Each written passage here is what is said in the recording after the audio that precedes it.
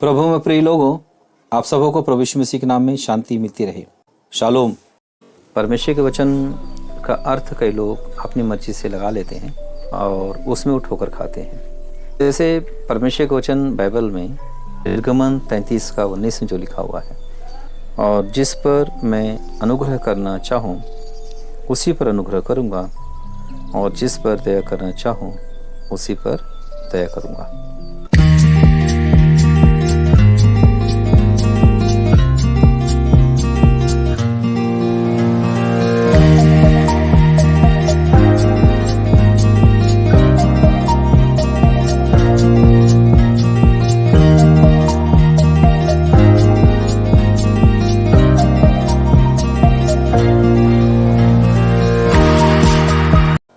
परमेश्वर जब अनुग्रह करने की बात करता है तो ऐसा नहीं है कि परमेश्वर दुष्टों पर अनुग्रह करेगा और धर्मियों को दंड दे देगा। ऐसा नहीं परमेश्वर बुरे पर अनुग्रह करेगा, भलों को दंड दे देगा, या भलों पर अनुग्रह नहीं करेगा, धर्मी पर अनुग्रह नहीं करेगा। ऐसा इसका मतलब कतई नहीं है। इस वक्त ध्यान में रखें कि जब आप बाइबल पढ़ते हैं तो पढ़ते समय में जो मेंटलिटी आपकी रहेगी उसी के अनुसार समझ में आएगा। अगर आपको परमेश्वर के वचन बाइबल का सही अर्थ चाहिए तो पहले अपने आप को शुद्ध करो।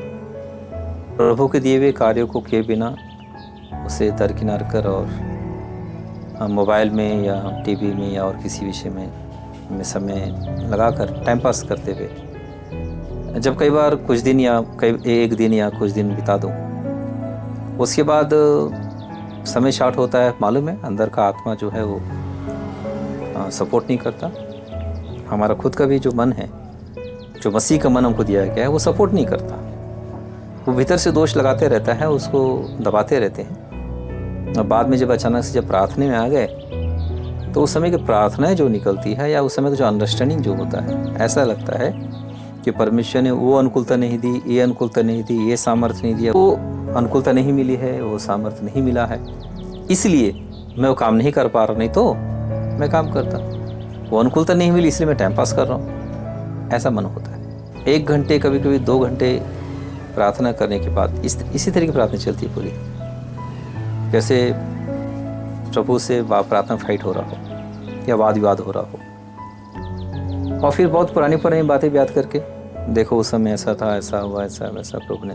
तो जब 1 घंटा, 1.5 घंटा, 2 घंटा हो गया, उसके बाद फिर वर्तमान में पहुँचते हैं।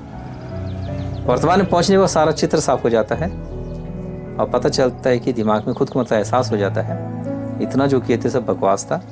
प्रभु से व्यर्थ विवाद किया और प्रभु अनुग्रहकारी है, इसलिए सुन रहा है, और सीधे सीधा मान जाते हैं कि हाँ प्रभु, तूने जो काम दिया है तो पड़ा हुआ ऐसे ही है, इसे किए बिना मैं अपनी मर्जी से वो काम करना चाह रहा था। तो कई बार हम प्रभु से बहुत कुछ मांगते हैं और बहुत कुछ करना भी चाहते हैं, और वो हमारे इंटेंशन में गलत भी नहीं होता। हम प्रभु के लिए, प्रभु की सेवकाई के लिए बहुत कुछ करना चाहते हैं, पर वो हमारी इच्छा होती है। जब हम कुरुती पत्री के 12 अध्याय के 4 वचन के बाद जब हम पढ़ते हैं या 4 वचन से पढ़ते हैं, उसमें लिखा है कि प्रभु तो एक ही है पर सेवा कई प्रकार की। जब प्रभु एक है, सेवा कई प्रकार की, तो वो सारे सेवा तो हम नहीं कर सकते। मतलब है कि हम प्रभु के लिए बहुत कुछ करना चाहते हैं, तो कोई भी मनुष्य सारी सेवकाई वो अकेला नहीं कर सकता। प्रभु एक है, सेवकाई बहुत प्रकार के हैं, तो हमको जानने की आवश्यकता है कि हमको किस प्रकार की सेवकाई प्रभु ने दिया है। प्रभु यीशु मसीह ही एक ऐसा प्रभु है जो जगत का एकमात्र उद्धार करता है। हमको प्रभु ने सुसमाचार की सेवकाई के लिए चुन लिया, अपनी सेवकाई चुन लिया, इसका मतलब हम जगत को उद्धार करता नहीं है, या हम जगत को उद्धार लाने का जिम्मेदारी हमको नहीं दिया गया। जगत की छोर तक का सुसमाचार के लिए हम बाध्य तो हैं, ठीक है। जैसे पौलुस से प्रभु ने कहा था, तो पृथ्वी की छोर तक का तुम्हें मैंने उद्धार का द्वार ठहरा दिया। तो वो वचन हमारे लिए भी है, पर जहाँ सुसमाचार नहीं पहुँचा है वहाँ पहुँचाना चाहे तो गलत नहीं है। पर अभी मसीह जगत में हो ये रहा है कि जहाँ सुसमाचार पहुँचा है वहीं पर सुसमाचार सुनाने का प्रयास करते हैं, तो ये ठीक नहीं।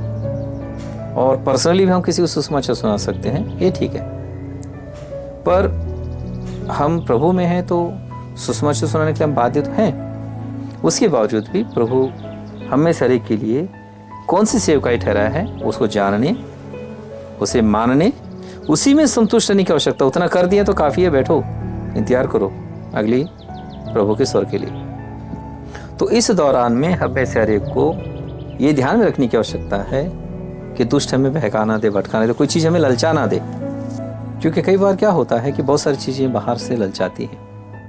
ये काम अच्छा है, वो काम अच्छा है, किसी को देख लिया अचानक से, किसी को सुसमाचार सुनाते हुए देख लिए तो सुसमाचार सुनाने की इच्छा हो जाती है। किसी को गाना गाते हुए अगर हम देख लेते हैं तो उनको गाना गाने की इच्छा हो जाती है। कोई अच्छा म्यूजिक बजा रहा है तो हमको म्यूजिक बजाने की इच्छा हो जाती है। पर हमको ये जानने की आवश्यकता है कि हमको प्रभु ने क्या टैलेंट दिया है। बाइबल लिखा है तोड़े, किसी को 5, किसी को 2, किसी को 1। जो तोड़े हमको मिले, तोड़े मतलब इंग्लिश में टैलेंट जो हमको परमिशन दिया है उसका इस्तेमाल करना है। पर उसका भी कैसा इस्तेमाल करना, प्रभु की इच्छा के अनुसार करना है। तो ये सारा चित्र हमको स्पष्ट होना चाहिए। हमारा प्रॉब्लम कई बार क्या होता मालूम है, हमको जो टैलेंट दिया हमको ही नहीं मालूम, उसको छोड़कर हम दूसरा कुछ करना चाहते हैं। तो अब आते हैं इस वचन पर जहाँ पर प्रभु कहता है कि मैं जिस पर अनुग्रह करना चाहूँ उस पर अनुग्रह करूँगा और जिस पर दया करना चाहूँ उस पर दया करूँगा। तो इसका मतलब कतई नहीं है कि जो भाई अनुग्रह के लिए ताक रहे उन पर अनुग्रह ना करेगा, और जो परमेश्वर से दूर हैं या परमेश्वर को ठेंगा दिखाते हैं उन पर अनुग्रह करेगा। ऐसा कतई मीनिंग नहीं है। क्योंकि कई बार क्या होता है कि हम जब गलतियां करते हैं और गलतियां करने के बाद जब ये सोचते हैं वचन पढ़ें, वचन में अगर कोई ऐसा वचन आ जाता है ना तो ये जो फिर नेगेटिव असर डालता है। कैसा आता है विचार, अरे प्रभु खुद बोलता है जिस पर मैं दया करना चाहूँ उस पर करेगा, जिस पर अनुग्रह करना चाहूँ उस पर करेगा, मुझ पर नहीं करेगा किसी और पर करेगा। तो फिर मैं प्रार्थना कर क्या करूँ, मैं उसकी सेवकाई कर क्या करूँ। ऐसा उल्टा असर होता है। जब ये वचन पढ़ते हो मैं जिस पर अनुग्रह करना चाहूँ करूँगा, जिस पर दया करना चाहूँ करूँगा, तो इसे खुद के लिए लो। ये प्रभु कहता है जिस पर अनुग्रह करना चाह करूँगा वो मुझ पर अनुग्रह करेगा, जिस पर दया करना चाहूँगा उस पर करूँगा बोलता, तो मुझ पर अनुग्रह का ऐसा लो। मुझ पर नहीं करेगा दूसरे पर करेगा, ऐसा नहीं। अगर मुझ पर नहीं करेगा दूसरे पर करेगा, इसका मतलब ये है कि तुम कहाँ पर हो, खुद को ही नेगेटिव में खड़ा कर रहे हो, खुद को ही मतलब ये साबित कर रहे हो कि तुम परमेश्वर की इच्छा के अनुसार खुद नहीं हो, या उसकी इच्छा के खिलाफ में हो, या इच्छा के बाहर में हो, या उसके सराउंडिंग में बाहर में हो, कहीं तो हो गलत हो। पर जब तुम इस बात को सोचोगे कि जिस पर अनुग्रह करना चाहूँ करूँगा बोलेगा तो मुझ पर अनुग्रह करेगा, जिस पर दया करना चाहूँ मैं करूँगा बोलेगा, मतलब बोलता है तो मुझ पर दया करेगा। तो इससे मतलब कहाँ रख रहे हो अपने आप को, प्रभु के रेंज में, प्रभु के अनुकूल। इसका ध्यान रखना हमेशा के लिए। वचन पढ़ते समय ऐसा ठोकर तुम्हें किसी को नहीं लगना चाहिए कि उसके अनुग्रह के बाद तुम अपने आप को रखो। मैं बहुत बड़ा खतरा है मालूम। और सब तुरंत की चित्र सामने आया था मालूम, जो सक्सेस हो गया है उन लोगों का चित्र सामने, अच्छा उन पर प्रभु ने अनुग्रह किया इसलिए वो सक्सेस है बोले। और मेरा कुछ काम पेंडिंग है बोले, पर तुरंत मेरे सामने ध्यान में गए, बोले हाँ ये काम इसलिए पेंडिंग है, ये प्रार्थना इसलिए नहीं सुनी गई, ये काम इसलिए सफल नहीं हुआ, ये इसलिए मुझे काम करने के लिए नहीं चाहिए, जो भी। तो इसको याद रखो कि ये वचन जो है उनके लिए है या उस स्थाई का है जब हम उद्धार नहीं पाए थे। आई रिपीट, मैं फिर कह रहा हूँ, ध्यान दो, ये वचन उस स्थाई का है या उस जगह का है जब हम उद्धार नहीं पाए थे, और उसने हम पर दया करना चाहा किया, हम पर अनुग्रह करना चाहा किया, या मैं पर्सनली लूं, मुझ पर दया करना चाहा उसने किया, और मुझ पर अनुग्रह करना चाहा उसने किया। अरे तभी तो मेरे पाप क्षमा हुए, तभी तो मुझे पवित्र आत्मा मिला। ये चुनाव की बात है, ना कि चुनने के बाद इस्तेमाल की बात है। ये चुनाव की बात है। तुम जो प्रभु के द्वारा चुने गए हो, तुम्हारे पाप क्षमा हुए, तुमने प्रभु का अनुग्रह पाया, प्रभु से तुमने उद्धार पाया, तुमको पवित्र आत्मा मिला, तो इसका मतलब है तुम पर अनुग्रह हो चुका, तुम पर दया हो चुका। अब तुम अनुग्रह और दया के विषय में फिर सोचते हो तो गलत है। अंडरस्टैंड, ये उद्धार पाए हुए ना पाए हुए के स्थाई का है। दुनिया में हम भी थे, परमेश्वर ने जब अनुग्रह करना चाहा तो मुझ पर किया, तुम पर किया, हम पर किया। जब उसने दया करना चाहा, मुझ पर किया, तुम पर किया, हम पर किया।